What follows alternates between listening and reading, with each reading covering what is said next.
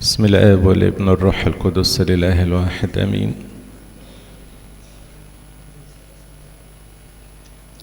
بعد السيد المسيح ما عمل المعجزة اللي فيها أشبع الجموع، كان عددهم 5000 ما عدا النساء والأطفال، من 5 خبزات وسمكتين. طبعا المعجزة سمعت إنه مين يقدر يأكل العدد ده كله من القدر البسيط ده، ويفضل كمان 12 أفة. فالمعجزة سمعت، فالناس بدأت تزيد أكتر حوالين السيد المسيح، بدأوا يدوروا عليه أينما وجد، في أي حتة يروح وراه. ففي مرة كانوا بيدوروا عليه لغاية ما لقوه، فبيقولوا له امتى جيت هنا؟ امتى جيت هنا؟ فالسيد المسيح الحقيقة كشف عن أمر في نفوس أولئك الناس، قال لهم الحق الحق أقول لكم تطلبونني ليس لأنكم رأيتم آيات، بل لأنكم أكلتم من الخبز فشبعتم. بعد كده قال لهم اعملوا لا للطعام البائد بل للطعام الباقي الذي للحياة الأبدية الذي يعطيكم ابن الإنسان. ربنا علاقته بينا كبشر ليها مفهوم يختلف تماما عن المفاهيم المنتشرة بين الناس كأفراد، والمفاهيم المنتشرة بين الدول كدول. يعني اللي بيغلب على علاقات الناس المصلحة، يعني الغالبية كده يتعاملوا مع بعض على أساس المصلحة، تخدمني أخدمك، تجاملني أجاملك، تقف معايا أقف معاك، تفرح معايا أفرح معاك، تحزن معايا أحزن معاك. وفي ذهن الناس كده يعني باستمرار، يعني فلان ده خدمني، ده ما خدمنيش، ده وقف معايا، ده ما وقفش معايا، ده ساعدني، ده ما ساعدنيش. ليه؟ لأنه هو المفهوم ده اللي مسيطر على الناس، وغالبا الناس بتعمل بيه. حتى على مستوى الدول برضو، الدول بتتعامل مع بعضها على أساس المصالح، يعني كل دولة تدور مصلحتي فين. لما بيبقى في لقاءات هتديني ايه وأديك ايه، في تبادل تجاري، أنا أديك كذا وأنت تديني كذا، كل حاجة مقابل حاجة. ليه؟ برضو لأنه ده هو المفهوم السائد في العالم اللي احنا بنعيش فيه. لكن ربنا عايز يرتقي بعلاقته بالبشر فوق هذه المفاهيم، وهو الحقيقة اللي بدأ، هو اللي بدأ، ربنا اللي بدأ لك. هو أحبنا أولا. طب أحبنا ليه؟ منتظر مننا إيه؟ علشان نعبده؟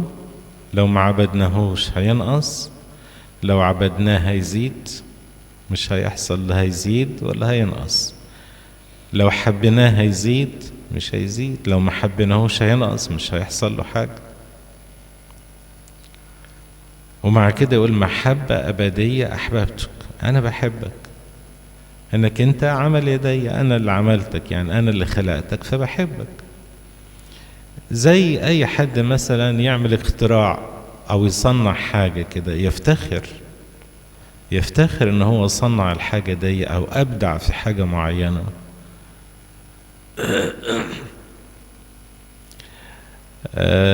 فربنا احنا عمل يديه، فهو بيحبنا عشان احنا عمل يديه،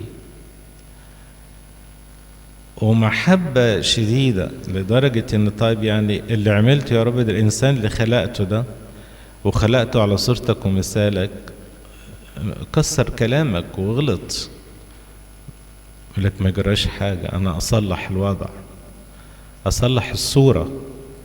طب ده تصليح الصورة ده يعني مش سهل.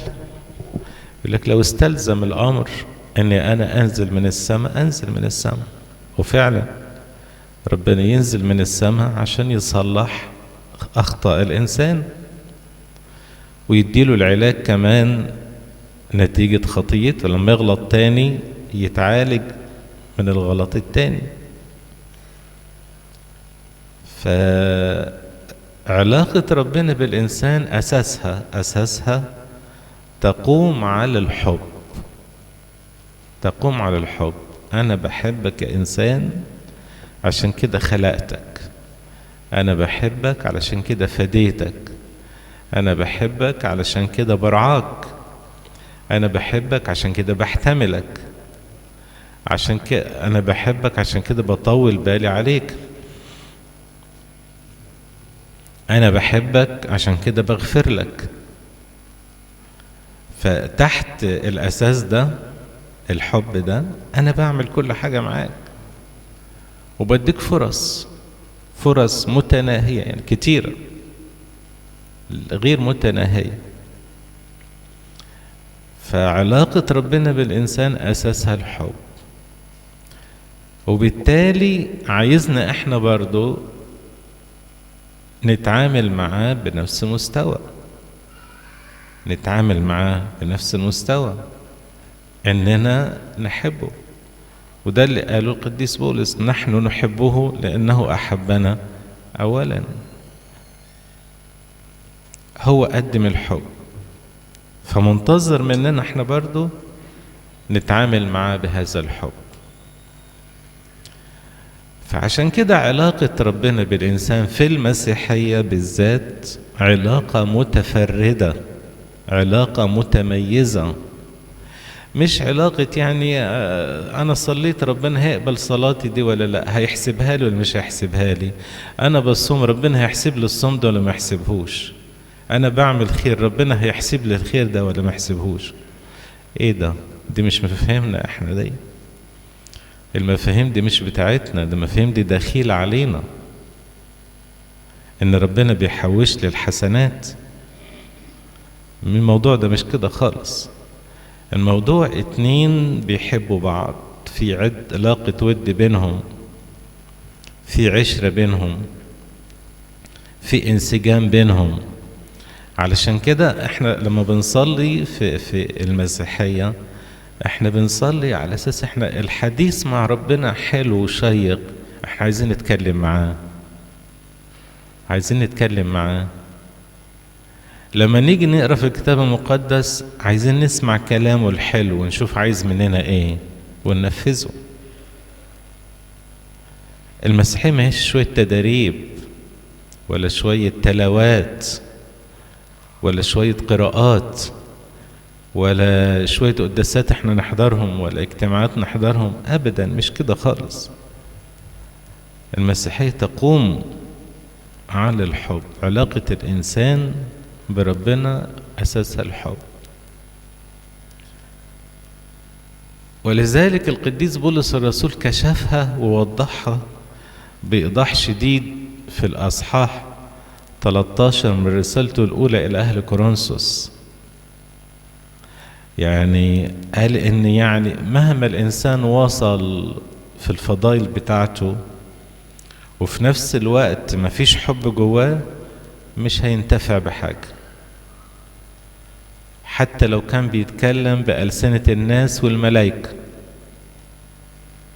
حتى إن سلم جسده حتى يحترق يعني من كتر النسك والعبادة والصوم، حتى لو كان عنده شفافية ويعلم كل علم ويعرف ويقدر يتنبأ برضه حتى لو وزع كل أمواله ومفيش محبة ده ما ينفعهوش. ليه؟ لأن ربنا عايز كده، عايز أساس العلاقة، مش هدور عليه عشان مصلحة. لما اتزنق في موضوع أصلي وأتمسح في الصور وأجري على الكنيسة وأجري أروح أعترف، يمكن ربنا لما أعترف يفك ضيقتي أو يشفي المرض أو يعمل أي حاجة حلوة معايا. لا، الموضوع مش كده خالص.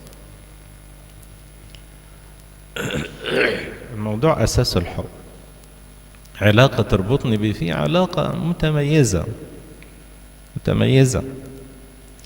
عشان كده عايزني برضو لما أصلي أبقى مركز معاه، مش أصلي وأنا سرحان. ربنا مش عايزني أقول لي شوية مزامير كده وخلاص، يعني وديني قلت مزامير وريحت ضميري والحمد لله. لا، ده عايزني لما أتكلم عليه أتكلم معاه، أتكلم كده بذهن صافي، بذهن صافي، بفكر مركز. اتكلم معاه من قلبي. لما اقول له كلمة ارحمني يا الله تبقى طالعة من جوايا كده، مش من شفايفي. عايزني لما اقرا كتابه يعني اشوف مشيئته ايه. مش اقرا كتابه عشان كده يبقى عندي معلومات، ولا احل مسابقات، ولا ابقى شاطر في قراءة، ولا اخد بركة. احنا مش بنقرا الكتاب المقدس عشان ناخد بركة، احنا عشان نعيشه، عشان ننفذه. هو اللي قال كده: الكلام الذي أكلمكم به روح وحياة، تعيشوه تحيوه، مش معلومات. ليه؟ لأن العلاقة بيننا وبين ربنا علاقة متميزة، وتختلف في المسيحية عنها في أي ديانة أخرى. تختلف في المسيحية عنها في أي ديانة أخرى، لأن أنا بتعامل مع ربنا كابن ليه. أنا ابنه، وهو اللي حدد كده. لما تصلوا أول كلمة تبدأوا بيها أبانا، أنت أبونا. والأبوة دي مفيش أغلى منها.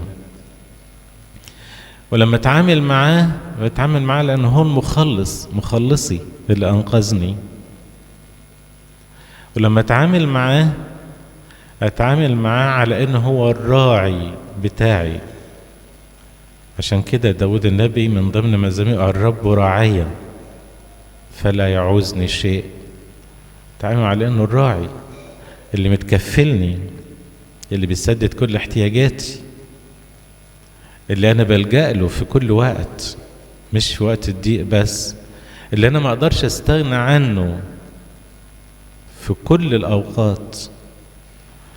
فطبعا الناس لما جايين كشف لهم بقى اللي جواهم: امتى جيت هنا؟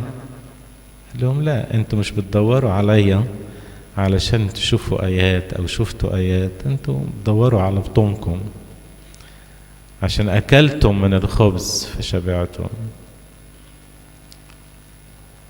المقصود المنفعة المادية. يوم أنا ما بلجأ لربنا عشان المنفعة المادية وبس، بتبقى مكشوفة طبعا بالنسبة لربنا وواضحة ومش حلوة أبدا. لكن لما يكون ربنا ده بالنسبة لي تربطني بيه العشرة القوية، العلاقة المتينة، أنا لما أتكلم معاه السماء تتفتح ويسمع كلامي. السماء تتفتح ويسمع كلامي. عشان كده إيليا من الناس المشهورين اللي قال لربنا: ما تنزلش مطر، ما تنزلش مطر. طب نصلي تاني: تنزل مطر، تنزل مطر. وفي قديسين في تاريخ الكنيسة يطلبوا الطلبة على طول، الطلبة تستجاب.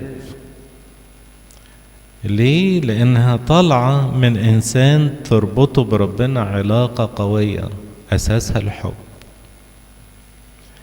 فإحنا ياريت نصلح المفاهيم، نصلح المفاهيم. ما تبقاش كل صلواتنا يعني يغلب عليها عايزين يا رب، وعايزين وعايزين وعايزين وعايزين. حتى الطلبات اللي بنطلبها ونحطها على المذبح غالبيتها طلبات مادية. عايزين ربنا يفتح باب رزق، عايزين ربنا يجوز الواد، عايزين ربنا يجوز البنت، عايزين الواد يطلع من الجيش، عايزين ربنا يوفقنا في شراء البيت، ربنا يوفقنا في بيع البيت. كلها طلبات مادية. نادرا ما حد كده يطلب طلبة عايز خلاص نفسي، نادرا، بتبقى قليلة جدا. لكن كومة ورق قد كده، وكل ورقة قد كده مليانة مليانة مليانة بشفاعة بشفاعة بشفاعة بشفاعة، وفي الآخر ايه؟ طلبة مادية. على طول ربنا يقول الناس دول بتوع مصلحة، انتوا مش بتطلبوني علشان خاطر عايزيني انا، عايزين مصلحتكم. يا ريت ننتبه لهذا الامر ونفوق ونصلح علشان العلاقة تبقى حلوة، وننال رضا ربنا ونجد نعمة في عينيه. له كل مجد وكل كرامة من الآن وإلى الأبد، آمين.